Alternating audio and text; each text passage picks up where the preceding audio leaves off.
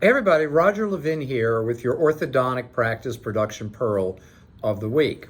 Today we're going to talk about that minor issue, I'm kidding when I say minor, orthodontic emergencies. Now, the first question is, what is an orthodontic emergency? Because an emergency is often defined by the patient or parent. They call the office, they have an emergency, I got to get in right now, but I can't come right now because I have a hair appointment, so I'll bring my child in at 3 o'clock in the afternoon when you're already overscheduled to begin with. We need to manage emergencies.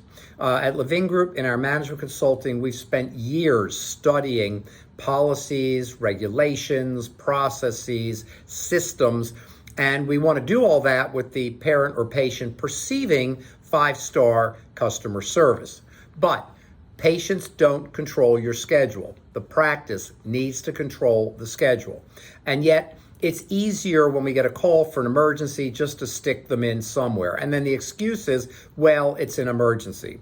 Most of the time, probably in orthodontics, about 9 out of 10 times, an emergency is not an emergency. I'm a general dentist. I was in full-time practice for 10 years. An emergency was pain or bleeding or some extreme type issue. Emergencies were not a filling fell out or a tooth cracked. You needed to see those patients, but I quickly realized there were layers of different types of emergencies. The key is scripting. In the scheduling system, we teach a lot of scripting. Mrs. Jones, I'm so glad you called. On a scale of 0 to 10, how much pain is Johnny in? Oh, Johnny's not in pain. Now you have a lot of good information. Now you can move Johnny to a later time, to tomorrow. It's not a problem. And also, number 2, don't promise treatment. Don't promise to fix it. Let's get Johnny in and see exactly what is happening.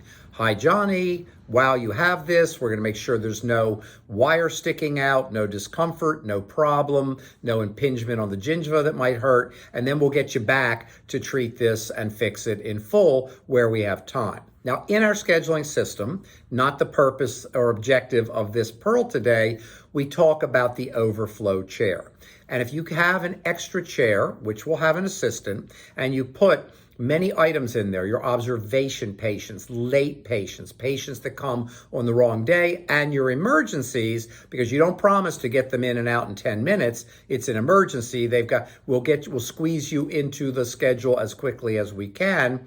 If you have an overflow chair, then you have a way to manage emergencies with low stress and a lot of flexibility. As always, I wish you increased practice production and referrals every year, and I'll see you next week.